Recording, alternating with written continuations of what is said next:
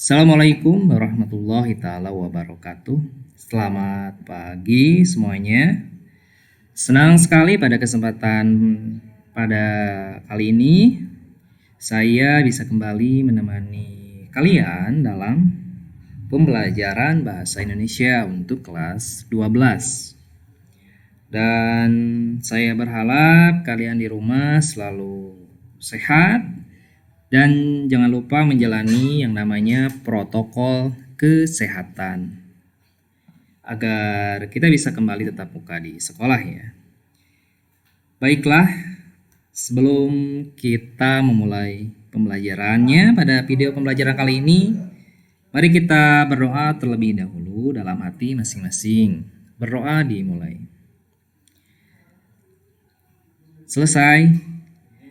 Nah, walaupun daring, tetap ketika kita mau belajar, kita harus diawali dengan pembelajaran, dengan doa supaya belajarnya berkah. Nah, hari ini saya akan mengajak kalian untuk mendalami kompetensi dasar di pelajaran bahasa Indonesia, yaitu mengevaluasi informasi baik fakta maupun opini dalam artikel.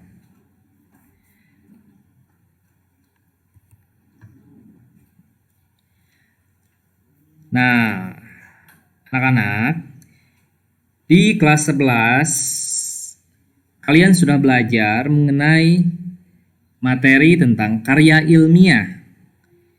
Karya ilmiah itu dibagi menjadi 3 bentuk, ada bentuk populer, ada bentuk semi formal, dan bentuk formal. Bentuk populer itu contohnya adalah artikel. Jadi, artikel ini adalah karya ilmiah bentuk populer yang mengangkat sebuah masalah tertentu. Nah, jadi biasanya ada dalam surat kabar maupun majalah ataupun dalam blog-blog, misalnya dalam internet. Kalau sekarang ya banyak di internet. Jadi artikel ini masuk ke dalam karya ilmiah populer ya. Tujuan dari penulisan artikel itu biasanya untuk meyakinkan pembaca, mendidik pembaca, atau bisa juga menghibur pembaca. Nah, pada kesempatan kali ini ada 2 sub yang mungkin kalian harus temukan dalam mengevaluasi informasi, fakta, atau opini dalam artikel. Yang pertama, temukan informasi dalam artikel, opini yang dibaca. Nah, lalu bisa kalian bedakan informasi itu informasi fakta atau opini penulis. Ya, jadi di sini konteksnya kalian menemukan informasi yang ada dalam artikel. Nah, dalam informasi ini fakta atau opini penulis gitu.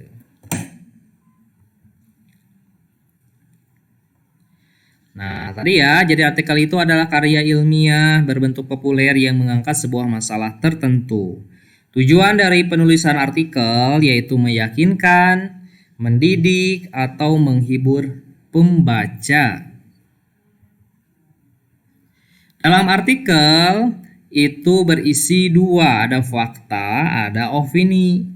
Tentu fakta itu adalah hal-hal yang sebenarnya itu dapat dibuktikan dengan data-data atau riset-riset. Nah, kalau opini itu adalah argumen ya, argumen atau pendapat si penulis itu sendiri. Nah, fakta biasanya menjawab pertanyaan apa, siapa, kapan, di mana, berapa. Biasanya fakta itu menjawab artikel itu. Nah, kalau opini biasanya isinya itu menjawab bagaimana dan mengapa. Jadi, dalam opini itu hanya berupa pendapat, pikiran, atau pendirian seseorang. Dalam hal ini adalah penulis. Sedangkan kalau fakta itu menjawab di dalamnya itu adalah sebuah kepastian. Kalau apa, kalau siapa pasti jawabannya nama orang. Kalau kapan berarti nanti di sana ada waktu, di mana, tempat, berapa, nanti berkaitan dengan jumlah ataupun riset-riset data-data misalnya seperti itu ya. Itu isinya fakta. Nah, contoh ya, fakta dan contoh opini pada berikut ini. Berdasarkan catatan BMKG dari BNPB, terjadi 5 kali gempa besar berkekuatan hingga 6,9 skala Richter di wilayah tersebut.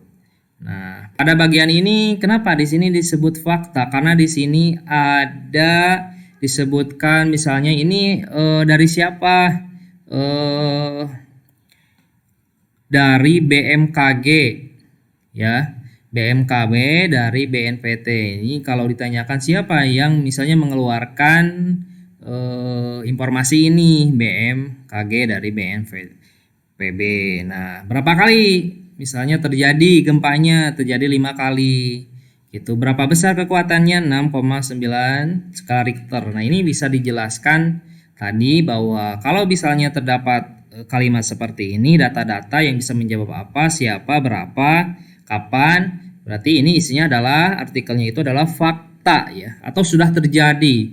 Kalau opini itu misalnya contohnya seperti ini. Oleh karena itu pentingnya budaya membaca bagi kemajuan bangsa di satu sisi dan kompleksitasnya persoalan yang melengkapi budaya membaca di sisi lain, sudah saatnya semua pihak memberikan kepedulian terhadap budaya membaca. Nah, di sini sudah saatnya semua pihak memberikan kepedulian terhadap budaya membaca.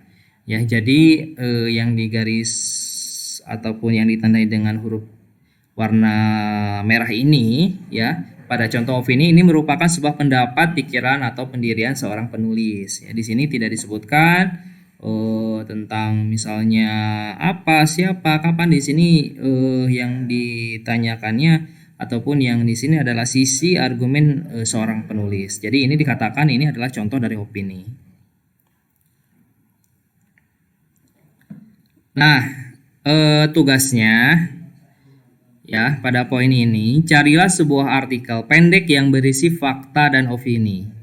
Jadi kalian cari banyak lah, cari temukan di baik itu di media sosial, internet, ya ataupun dalam surat kabar. Silakan kalian cari artikel pendek yang berisi fakta dan opini. Garis bawahi kalimat yang menurut kalian itu fakta dan opini. Lalu berikan tanda mana yang fakta dan mana opini. Lalu jelaskan alasannya seperti apa. Ya, itu saja untuk pertemuan kali ini. Jadi di sini kesimpulannya kita harus bisa membedakan dalam artikel ini, yaitu informasi tersebut misalnya yang dituangkan dalam artikel ini adalah fakta atau opini. Ya, jadi fakta yang seperti apa, opini yang seperti apa misalnya dalam artikel tersebut. Nah, coba kalian di rumah ya, tugasnya adalah garis bawahi kalimat yang menurut kalian fakta atau opini. Cari artikelnya ya, lalu beri tanda mana yang fakta, mana yang opini. Itu saja, terima kasih. Assalamualaikum warahmatullahi wabarakatuh.